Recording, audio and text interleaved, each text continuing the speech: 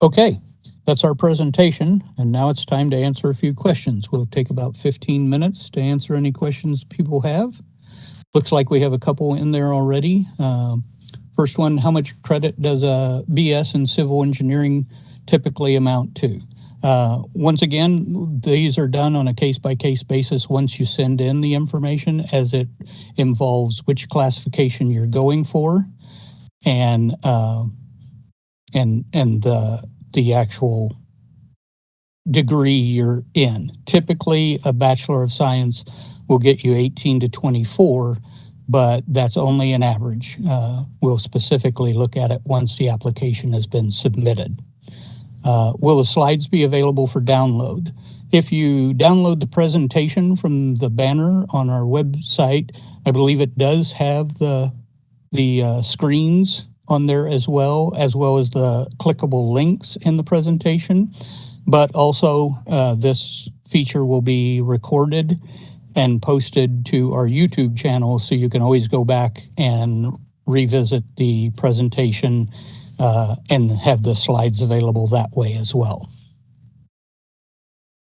Okay. According to www.directorc.ca.gov, in order to qualify as a general electrician, I would need 8,000 hours. Yet the work experience submission is measured years and days. Is there a work experience submission that measures in hours? It's more accurate. I believe you're talking about certified electricians, and that's a different thing than qualifying for a CSLB C10 licensing in an electrical classification. We go by years, full time years, broke down by months and then years. 48 months of full-time work within the last 10 years of doing electrical work. It's different than going for a certified electrician position with that. So for us, we do it in months and years versus hours. Are the exams open book? No, the exams are done on a computer, multiple choice questions, but not open book. The open book exam, it refers to a asbestos general knowledge exam that's done online, and that one is open book. It's a little pamphlet that you read, and then you take the exam questions, and you can utilize the information in the pamphlet while you're taking it. All right. For C61 D38, specifically for pressure washing, is a contractor license required? Yes, pressure washing is a license classification, so you would use this, the D30, I believe it is the D38. Yeah, so the D38 is the one that you would want to do for pressure washing. If you have a B2 license, what would your title be when you advertise? General contractor or something else? The B2 license title is remodeling, residential remodeling. It is specific to residential work, wood structure homes, although you're not doing any structural remodeling. So in the classifications, it will give you the heading for each classification. The B2's heading is residential remodeling contractor. All right. So $450 for the application, $200 for a sole owner, and $100 to take a failed test again. This applies for each application. Correct. So if you're a sole owner application, $450 for the initial processing of the application, and then $200 for the initial licensing fee after you've passed the test. And if you miss the test or fail the test, when you retake it, yes, $100 to retake the test. All right. For the B2 classification, you cannot take a job unless it involves 3 different trades. We are currently operating as a handyman service, all jobs under 500, and are approaching 4 years for doing this. We'd like to continue as a handyman, but many projects are just one trade. Are there any options, or am I misunderstanding the B2 classification? No, you have it correct. A B2 classification it is a multi-trade. They created the B2 classification for people who were doing multi-trade work that did not involve structural building, making them ineligible to get a B classification. So you can't take an individual contract for just painting or just electrical or just plumbing with a B2. It is a project that involves at least 3 different trades within it. Another case to keep in mind too, currently you say you're doing all jobs under $500. Remember that it is the entire cost of a project. So if the project is to remodel a house, you can't write 3 separate contracts, one for the painting, one for the drywall, one for the plumbing, and keep it under $500. That was, if the total cost of all 3 of those trades for that project are over 500, you would need a license to perform that. All right. Is the process any different if you already have a license and would like to apply for an additional license? So once again, it depends on what you want to do. If you already have a license, you have the option to always add additional classifications. There is an application online for additional classifications application. So you could have that same license you currently hold for the C54 and add the B2 to that license. So you would now have one license with 2 classifications on it if you met the requirements for experience for the B2. Or some people choose to keep them separately. So you could continue with your existing C54 license and apply for a completely new additional license for the B2. You would end up having 2 completely separate licenses, each with one of the classifications on it. All right. As a military veteran, does the credit for experience count if over 10 years ago? Possibly. The way they account for experience for military veterans is they take into account the years that you served in the military. So yes, there's an exception to the 10 years if you served 4 years in the military. And I believe, although this is something that you could go through our military assistance program and find out for sure, but I believe they give you an additional 4 years that you can go back for your experience, taking into account the 4 years that you were in the service. That address, if you want to email, is veteransInfo@cslb.ca.gov, and that is on our website as well. Just go to the website under the Military Assistance Program, and all that information will be there, as well as the contact information to get in touch with our military liaison. Where can we get General B study guides and tests? Well, tests are not available anywhere, as those aren't published anywhere. The study guides are on our website. Go to the CSLB website, and looks like right below your question, they have put the web address to go directly to the study guides on there for you. All right.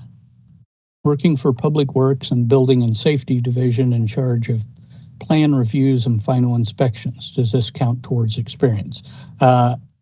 Inspections don't count towards experience. We're looking for either hands-on experience as an employee doing the trade work for the classification you're looking for, or as a foreman or as a supervisor. So reviews, final inspections, things like that would not count towards the experience.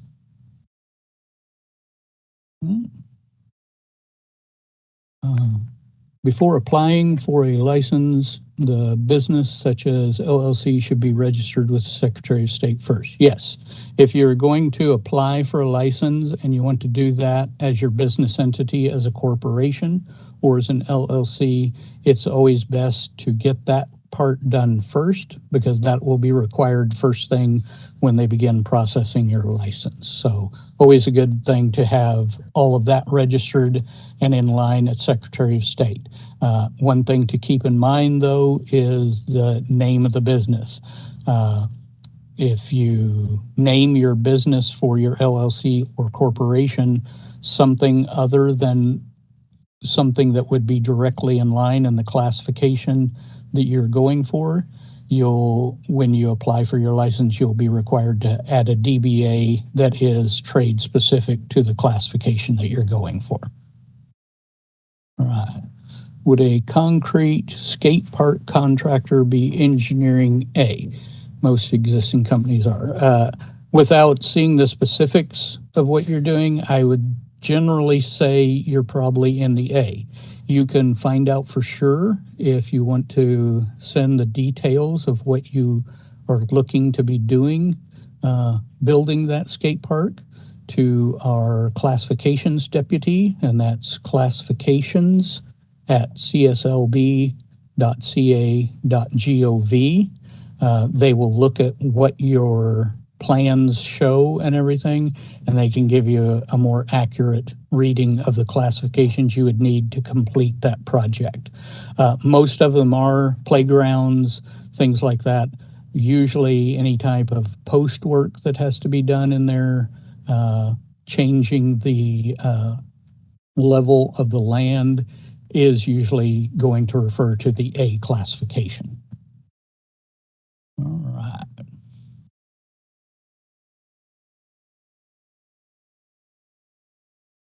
What is the experience credit for a graduate degree MBA? Once again, we can't really give you anything more specific than the slide that was in the presentation, because it depends on the classification you're applying for and the nature of the degree that you have gotten.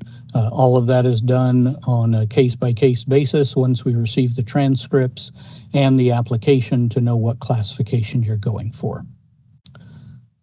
What license do I get to do Roto-Rooter work?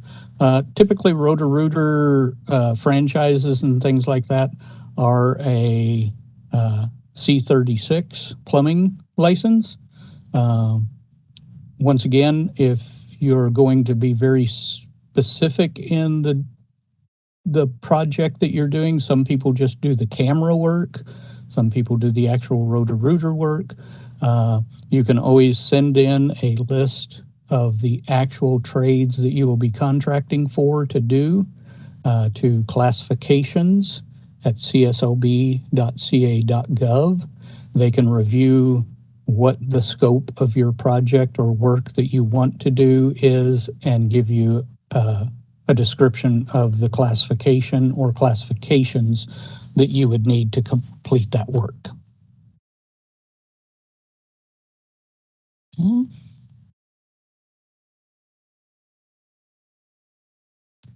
Can you use handyman experience to qualify under a B2? Well, handyman is just a general term, but some of the things that you may have done as a handyman could qualify towards the experience towards a B2. In other words, if you, as an example, are a handyman for an apartment complex and you go in and you repair drywall and you go in and change out a light circuit or a light frame or something, that is experience that goes towards the B2.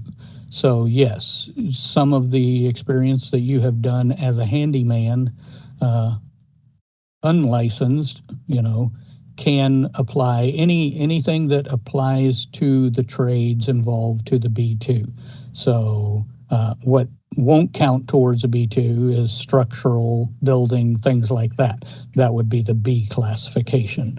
But yes, it doesn't necessarily have to be licensed work to qualify for the B2, just as long as it's the trade work involved. Can electrical work count for general construction B license?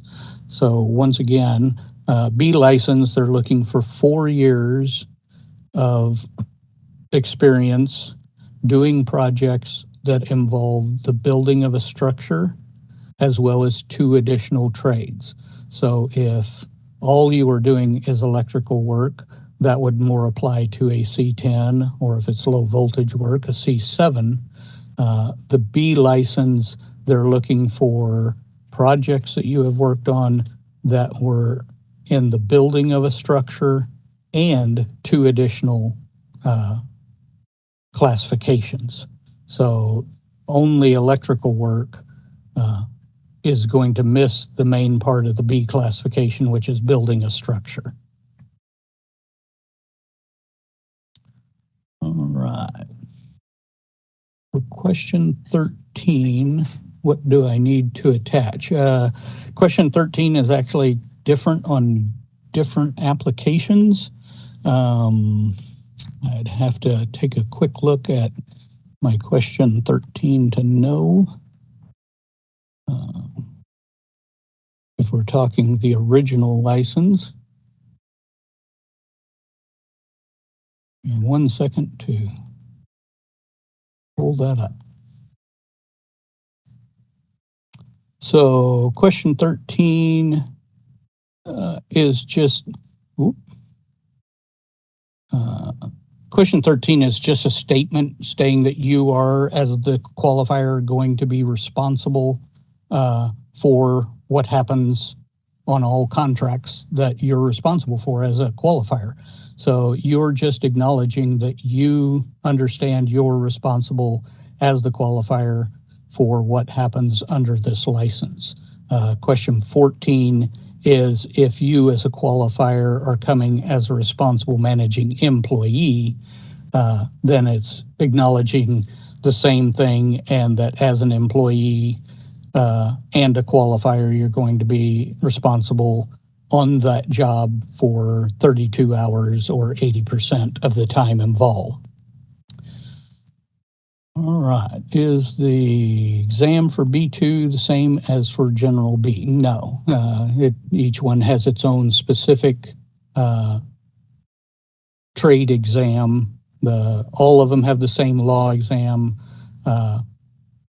B2 and General B will have different trade exam questions for it.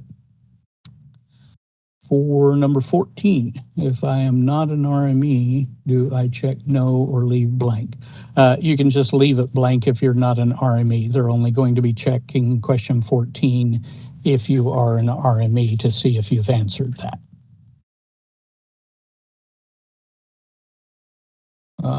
Once again, on experience credit for a graduate degree, Master's of Business, we can only evaluate that once we receive the transcripts and the application, because it not only involves the degree of which you have, but also the classification of which you're going for. In general, master's is the same as a bachelor's. You don't get additional credit for it being a master's versus a bachelor's. So, all right. What is the specific classifications for B2? I have 2 years handyman experience. Does that work to apply for the B2? So once again, handyman is not a classification or a trade. Handyman is a generic term for somebody that kind of does a little bit of everything. B2 is specific in that it's looking for that you have 4 years of experience in at least 3 different classification trade works. So drywall, painting, electrical, plumbing, The main difference with the B2 is it is non-structural work. So once again, what you have done as a handyman may apply towards that, depending on what the trades you were performing. But you're going to need to send in the experience you have for them to look at that. Once again, the difference B2 and B2 is structural building is not involved. So it's just the unrelated trades, any unrelated trade to building, framing, carpentry. Anything other than that will account for your 3 classifications for B2. All right. What limitations are there in building with general building classification? So as we stated in there, and also as will be stated in the classifications listing, the limitations are B general building is a multi-trade classification. All contracts should consist of building of a structure that also includes 2 unrelated trades to the carpentry or framing or building. So you can, with the B, do a contract for just framing or carpentry, but you can't do a B for other specific individual classifications. So you can't, even though you have a B, you can't write a contract just for electrical work or just for plumbing work. It would be a contract that includes the building of a structure as well as 2 additional trades. All right.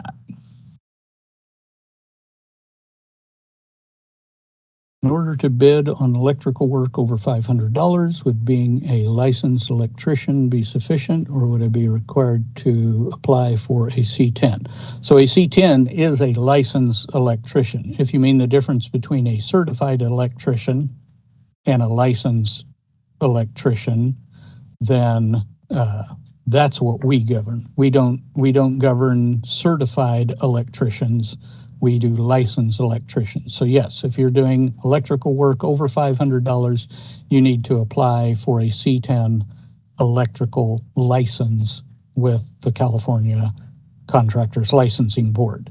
A certified electrician is a different entity handled by a different agency.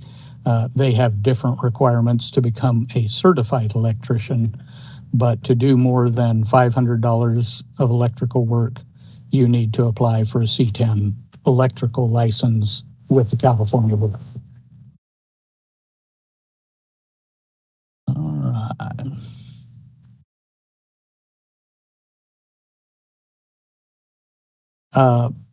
I'm looking at the B2 study guide to pass the test. Do I need to look at all the links under the resources section?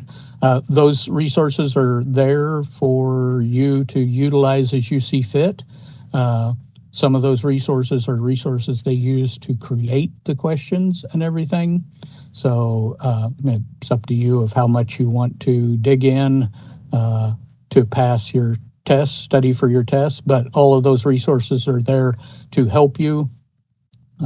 Not all of that information may be in your version of the test, but it certainly, those resources were used to help create the test, so they could be of help to you. Does the C61 D38 require 4 years of experience within the past 10 years? Yes, all classifications, all licenses as a general requirement require 48 months or 4 years of experience within that trade within the past 10 years. Now, as a D classification, the C61 D38, you would not be having to take a trade exam. You'll still have to take the law exam. You wouldn't have to take the trade, but you do still need 4 years of experience just as any other classification. Is the B2 a sole owner or a corporate? in what category is. I'm not sure the question, but B2 can be any business type. So you can be a sole owner, you can be a corporation, you can be an LLC. That's your business entity type. The B2 is the classification, and it can be applied to any business entity type.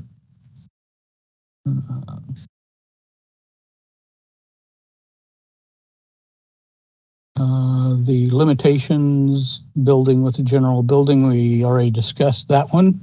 If I need to prove, for example, provide tax documents, or is it mine or the contractors that sign my experience? So if you are part of the 3% poll that looks for additional information to prove your experience, the documentation list will show you what you need, and all of that documentation would be to you. So if they're requesting tax records or W-2s, it would be your W-2s, which show that you were working for a person, or your 1099s, which shows who was employing you to show your experience. All right.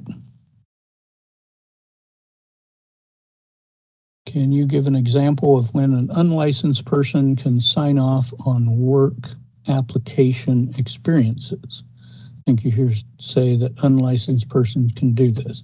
So if you're talking about being a certifier for work experience, there on the certification of work experience, there are about 6 to 7 different relationships: employer, business associate, foreman, employee. So you are correct if what you're asking is, does that person have to be a licensed contractor? Your certifier for your work experience does not. They just have to have firsthand knowledge of you performing the work that they are going to list that they have watched you perform. So, and then they're going to sign attesting to the fact that between these two dates that they have listed on there, they had firsthand knowledge of you performing the work, trade work that they will list on there. All right. You mentioned that you can't split a job into two $500 jobs to bypass the law. Where would I find the law section that outlines the minimum time between a single customer asking for work to be done to qualify as separate jobs? Well, it's going to be, like I said, if you're trying to get around the $500 job requirement, there's not a specific time frame, but they will look at the overall project being performed. So if you go in and you drywall a room for $400, and then it doesn't matter what the time frame is, if you're coming back to paint that same room at a later time, they could look at that as one job, drywalling and painting a room that was broke up into two separate invoices. As we stated before, don't try to get around the law of the $500 thing. If you're doing work and the projects that you're doing are going to be over $500 for an entire project, apply and get your license, do it legally, so you don't have to worry about violating the law around the $500.